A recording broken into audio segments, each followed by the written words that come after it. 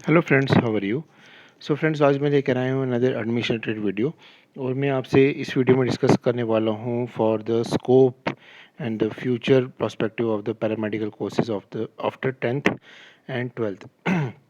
अब actually counselling इनकी थोड़ी डिले हो चुकी है। अगर मैं जे की पॉइंट ऑफ व्यू से बात करूँ, जे के बोपी के थ्रू जिन्होंने सिलेक्शन करनी है for various 10th 12th as well as the BSc paramedical courses, तो अब उसमें थोड़ा सा उन्होंने डिले किया है। अब इसमें क्या है कि इस वीडियो के थ्रू मैं आपसे सिर्फ एक फ्यूचर पर्सपेक्टिव की पॉइंट ऑफ व्यू से मैं आपसे डिस्कस करने वाला हूँ कि इन कोर्सेज का फ्यूचर में स्कोप क्या है। और मुझे एक बहुत अच्छा एक आर्टिकल मैंने सर्च किया था जिसके बारे में मैं आपसे डिस्कस करने वाला हूँ। आपसे एक बार इसके स्कोप के बारे में डिस्कस करूँगा। तो पहले तो मैं आपको ये बता दूं कि आपको पता है कि जैसे 10th बेस और 12th बेस पैरामेडिकल कोर्सेज हैं which are related to the medical stream. अब कई स्टूडेंट्स नीट के थ्रू जाते हैं, कई लोगों का नीट क्लियर नहीं हो पाता, कई लोगों का फाइनेंशियल इश्यूज होते हैं कि वो प्राइवेट इंस्टीट्यूट्स में नीट एमबीबीएस की कोर्स वो नहीं कर पाते हैं या मैनेजमेंट सीट के थ्रू नहीं कर पाते हैं, जिसकी वजह से वो because they have bio in 12th and not math as the main subject, तो they have to go through the medical stream. तो उनके पास और ऑप्शंस क्या हैं जिसमें अब आपके 10th और 12th बेस पैरामेडिकल के वेरियस कोर्सेज आते हैं, BSc nursing which includes also. तो अब because of the Covid situation in courses की डिमांड काफ़ी ज़्यादा बढ़ गई है हमारे कंट्री में। और जैसे कि आप बॉबी के फॉर्म्स के थ्रू भी आप देख सकते हो कि जो नंबर ऑफ़ फॉर्म्स हैं अप्रॉक्सीमेटली वो 2 टाइम्स 3 टाइम्स इन्हेंस हो चुके हैं। और मैं बीएससी नर्सिंग की बात करूँ, टू टाइम्स इंक्रीज़ हुआ है इस बार जो इंटरेस्ट में कैंडिडेट्स बैठ रहे थे। 10th बेस पैरामेडिकल में तो आई थिंक 3 टाइम्स इन्हेंस हुआ है फॉर्म्स जो इस बार लगे हैं। और पैरामेडिकल की लिस्ट नहीं आई है, लेकिन मुझे भी वो लगता है कि लास्ट ईयर अगर 8000 फॉर्म्स लगे थे तो इस बार हो सकता है वो भी इन्हांस होकर डबल हो गए हों, 15,000 प्लस तक लगे होंगे प्लस कैंडिडेट्स के फॉर्म्स इस बार। तो अब हम अगर स्कोप की बात करें तो जिन लोगों ने नीट नहीं दी है they can pursue for the various these courses which are belonging to the health sector of India, ठीक है। और career opportunity point of view से भी ये कोर्सेज बहुत इंपॉर्टेंट है कि हर कोई नीट नहीं कर सकता, हर कोई डॉक्टर नहीं बन सकता। उन डॉक्टर्स को भी एक हेल्पिंग हैंड की रिक्वायरमेंट होती है। और वो हेल्पिंग हैंड कौन प्रोवाइड करता है? जो वो कैंडिडेट्स प्रोवाइड करता है जो 10th और 12th बेस पैरामेडिकल या बीएससी नर्सिंग से बिलोंग करते हैं, ठीक है। तो मैनुअल लेबर की रिक्वायरमेंट है यहाँ पर। और जो हेल्थ सेक्टर में इस टाइम काफ़ी शॉर्टफॉल जिनका चल रहा है, अगर मैं अपनी कंट्री की बात करूँ तो अब अगर हम इसके बारे में बात करें तो अब बात आती है कि paramedical courses versus MBBS courses. MBBS में जैसे इन्होंने ये चीज़ ये हम पे मेंशन भी की हुई है, these health worker help doctor and surgeon in critical operations and play an instrumental role in the health care system, ठीक है। तो ये लोग काफ़ी क्रूशल रोल प्ले करते हैं, जैसे हमारे डॉक्टर्स करते हैं वैसे ये लोग भी बड़ा इंपॉर्टेंट रोल प्ले करते हैं। Other courses medical domain like MBBS courses witness tough competition, यहाँ पे काफ़ी टफ कंपटीशन, जैसे आपको पता है कि सीट्स की अवेलेबिलिटी बड़ी लिमिटेड है, ठीक है। तो अब अगर हम बात करें paramedical versus MBBS, paramedical courses एक तो सबसे बड़ी इनकी एडवांटेज होती है कि ये थोड़े चीप होते हैं, काफ़ी ज़्यादा चीप होते हैं और इनकी ड्यूरेशन भी काफ़ी शॉर्ट होती है, ठीक है। They form the skilled work force for the technical workers who are a major part of the patient care. मतलब ये मेडिकल हेल्थ सेक्टर में ये काफ़ी इंपॉर्टेंट रोल ये प्ले करते हैं। Most attractive aspect of the paramedical courses after 10th is the employment oriented nature. तो इनमें एम्प्लॉयमेंट ओरिएंटेड नेचर इनका काफ़ी मतलब ज़्यादा है।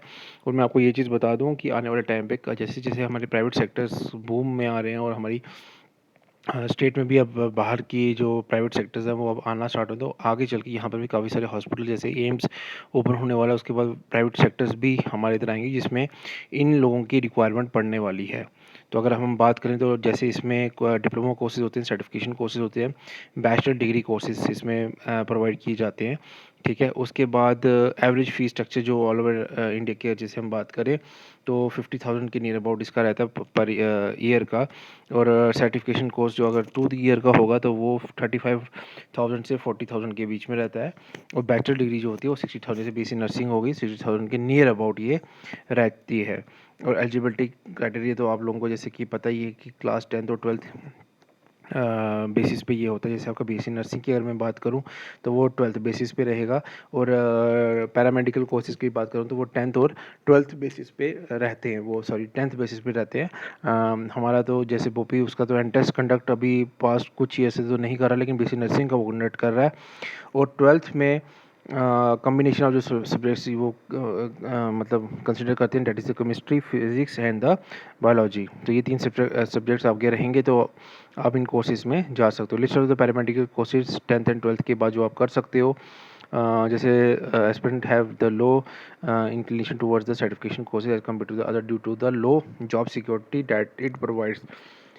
तो कैंडिडेट्स क्या कर रहे हैं कि सर्टिफिकेशन कोर्सेज मेडिकल से रिलेटेड वो इतने ज़्यादा नहीं कर रहे हैं, बिकॉज उसमें जो जॉब सिक्योरिटी वो इतनी ज़्यादा नहीं है as compare two degree courses या डिप्लोमा कोर्सेज़। तो इसमें पैरामेडिकल कोर्सेज जो 10th के बाद होते हैं provides candidates with entry level employment in the health care sector. Candidates can check below the certificate paramedical courses. जैसे ये आपके कुछ पैरामेडिकल कोर्सेज के बारे में ये यहाँ पे ये बता रहे हैं, ठीक है। और उसके बाद और भी कोर्सेज बताया, nursing care assistant, dental assistant, ECG assistant. तो ये सारे असिस्टेंट के जो मतलब ये जो कोर्सेज हैं जिसमें ये लोग ये कोर्सेज करके एक entry level job health care sector में वो पा सकते हैं easily. Diploma of paramedical sciences, अगर ये डिप्लोमा की बात करें तो इसमें डिप्लोमा में इनको जो कोर्सेज अवेलेबिलिटी ये बता रहे हैं, जैसे diploma in the hearing language speech operation theatre technology, medical laboratory technology diploma के courses, X ray technology, ECG technology, radiography, anaesthesia, dialysis technology, nurse care assistant, medical record, sanitary inspector. तो ये सारे diploma के कोर्स है। फिर bachelor degree में जो courses include हो रहे हैं तो उसमें आई थिंक ये 4 ईयर के कोर्सेज रहते हैं, ठीक है। तो इसमें भी इनको इंटर्नशिप भी करनी पड़ती है पूरा मतलब इसके लास्ट में। और इसमें क्या है कि जैसे ये आ गए आपके बीएससी की कोर्सेज जो ये बता रहे हैं, इसमें BSc in operation theatre technology, radiology, X-ray anaesthesia, ठीक है, रेडियोग्राफी, ठीक है, dialysis technology, speech therapy, medical record technology, ये सारे कुछ बैचलर डिग्री है जो आप कर सकते हो मेडिकल सेक्टर से रिलेटेड। तो उसको भी पैरामेडिकल कोर्सेज इंडिया की अगर ये बात करें तो यहाँ पर ये बता रहे हैं कि अब तो ग्लोबल पॉइंट ऑफ व्यू से हमारी कंट्री से कई लोग मेडिकल कोर्सेज करके बाहर जा रहे हैं, क्योंकि बिकॉज उनको रिक्वायरमेंट है मैन पावर की, उनको मैन पावर इतनी अवेलेबल नहीं है। लॉट्स ऑफ कैरियर अपॉर्चुनिटीज़ भी हैं इन कोर्सेज से related.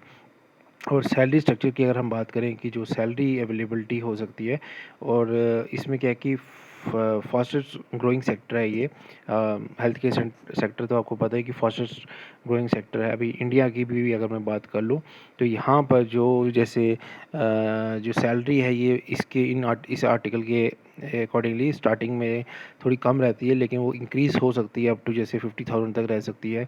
Assistant workers health care sector can earn anything between 5,000 से 15,000 अप्रॉक्सीमेट। जो असिस्टेंट वर्कर्स हैं उनकी बात करें, डायलिसिस टेक्नीशियन 50,000 के तक भी वो अर्निंग कर सकते हैं, स्टार्टिंग फ्रॉम 20,000 ए मंथ। तो जब वो फ्रेशर होंगे तब वो इतना रहेगा, उसके बाद वो इंक्रीज़ होते हैं। लैब टेक्नीशियंस हो गए 70,000 तक भी वो अर्निंग करते हैं पर मंथ के लिए। तो ये कुछ इन्होंने इंपॉर्टेंट एस्पेक्ट्स बताए थे, ठीक है। मुझे आर्टिकल काफ़ी अच्छा लगा, ताकि आप लोग जो लोग मेडिकल में अगर नीट में अगर आप लोगों का जैसे नहीं आता नंबर तो आप इन कोर्सेज़ की तरफ भी जा सकते हो। और हाँ, अब ये मैं एक चीज़ आपको और बता दूं कि अगर बाई चांस बीएससी नर्सिंग का जैसे एंट्रेंस हुआ है उसमें जो अगर आपका रैंक पीछे बिलोंग कर रहा है, अगर ज़्यादा आगे नहीं है, हायर साइड पे नहीं है, तो आप बाहर की स्टेट के जो कॉलेजेस हैं जो 12th बेसिस पे ही एडमिशन लेते हैं, आप उनकी तरफ भी अप्रोच कर सकते हो, ठीक है। जैसे पंजाब में जो कॉलेज है, लेकिन उनका एक बार देख लेना उनकी वैलिडिटी, आप एक बार चेक कर लेना कॉलेज की जो भी वो डिग्री प्रोवाइड कर रहे हैं वो वैलिड भी है कि नहीं। कई बार ऐसे होता है कि फेक कॉलेजेस होते हैं कुछ इस टाइप का, तो वैसा आप ज़रूर चेक कर लीजिएगा। अगर आपको लगता है कि आपका नंबर जेके बोपी के थ्रू आपका नहीं आ सकता है, क्योंकि 1800 सीट्स हैं बीएससी नर्सिंग की, तो आप दूसरे इसमें भी अप्रोच कर सकते हो, दूसरे कॉलेजेस में भी जो स्टेट से बाहर हैं। तो फ्रेंड्स, आई होप आपको ये वीडियो पसंद आया होगा। Thank you for watching the video till the end. और जो भी काउंसलिंग है उसका अपडेट्स भी मैं आपको लाता रहूँगा वेरी सून, 10th 12th और बीएससी नर्सिंग का। तो बने रहिए इस चैनल के साथ। तो thank you for your love and support. और मैंने डिस्क्रिप्शन बॉक्स में अपने व्हाट्सएप ग्रुप का लिंक, टेलीग्राम चैनल का लिंक और इंस्टाग्राम का लिंक, तीनों का लिंक्स भी मेंशन किए हुए हैं। जेके वैकेंसीज अपडेट करके मेरा इंस्टाग्राम आईडी है, ठीक है। और अभी जो इन कोर्सेज़ का जो 12th की मार्क्स कार्ड आपने अपलोड करनी थी जे के फॉर्म में, जैसे अभी रिसेंटली बीटेक की भरी गई है उस, और अब ये 12th बेस्ड पैरामेडिकल का भी उन्होंने मांगा है, तो because they need this marks to prepare the provisional merit list. तो आप उसको कर लीजिए। तो जैसे वो मेरिट लिस्ट आएगी वो मैं आपको अपडेट भी उसका देता रहूँगा। तो थैंक यू सो मच, मिलते हैं नेक्स्ट वीडियो में।